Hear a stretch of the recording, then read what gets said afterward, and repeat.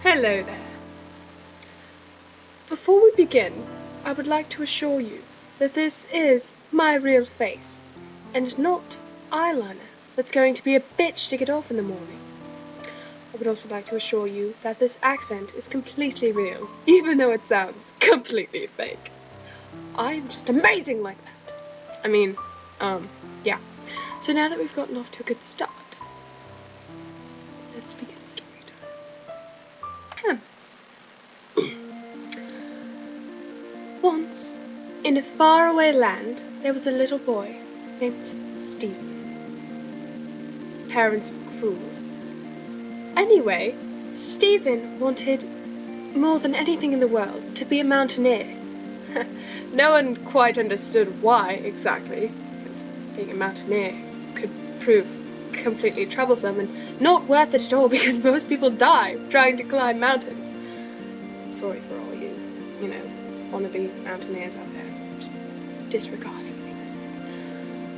Anyway, he got a master. He had trained for years and years to be a mountaineer. He even practiced yodeling whenever he got up every morning and annoyed the chickens.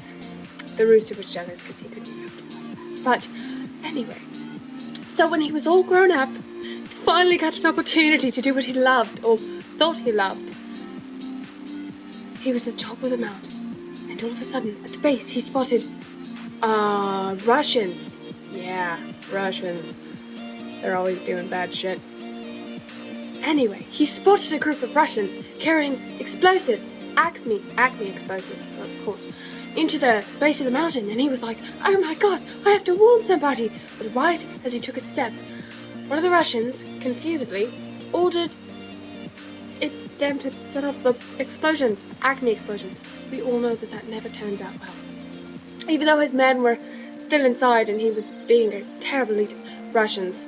Anyway, so the mountain explodes, like, unrealistically, just boom, okay? And he runs off of the end of an explosion like, oh my god, I'm going to die, what do I do? There happens to be an entire ocean right next to him. How convenient, right? Anyway, so he jumps into the ocean, and he's like, woo! I'm free! Something!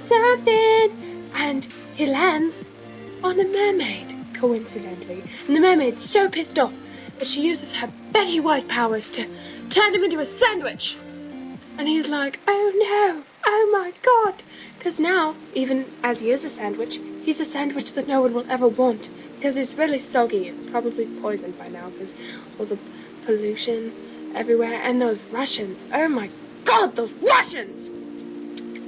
Anyway, so, he starts to drift toward land, alone, scared, a little bit confused.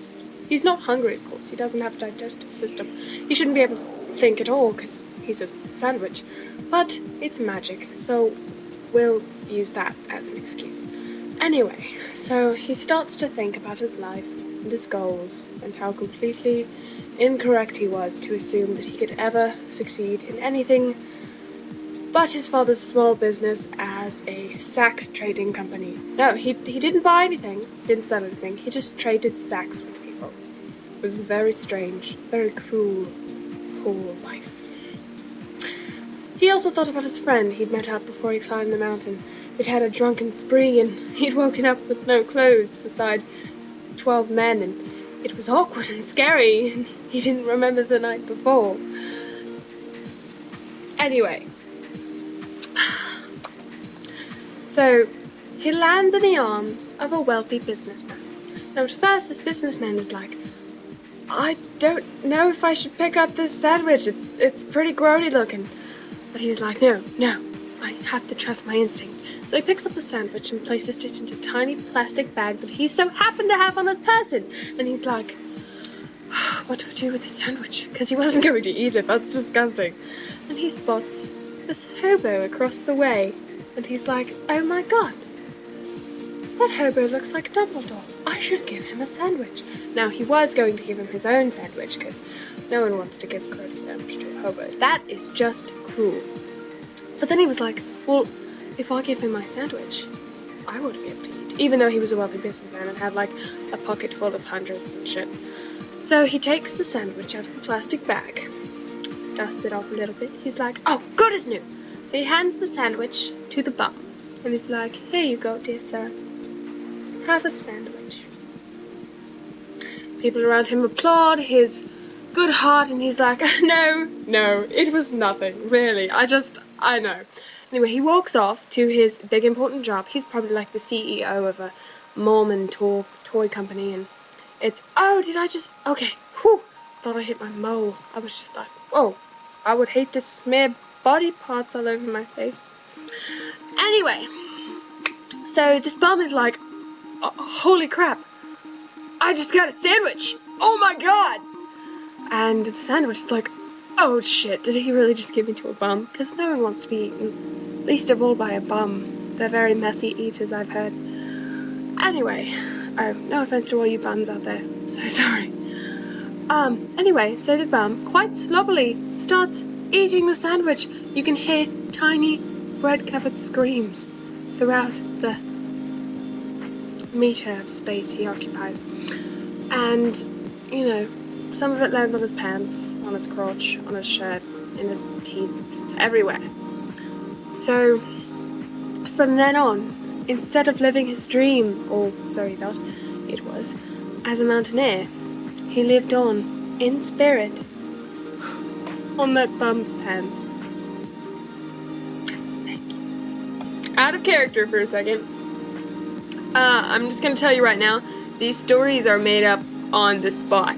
So I'm sorry if I stuttered or confused, because, like I said, made up on the spot. And I'm not very imaginative, so it was really, really hard, okay? You wanna judge me? I'm gonna judge you. You probably have dumb hair and underwear that doesn't suit your genitalia.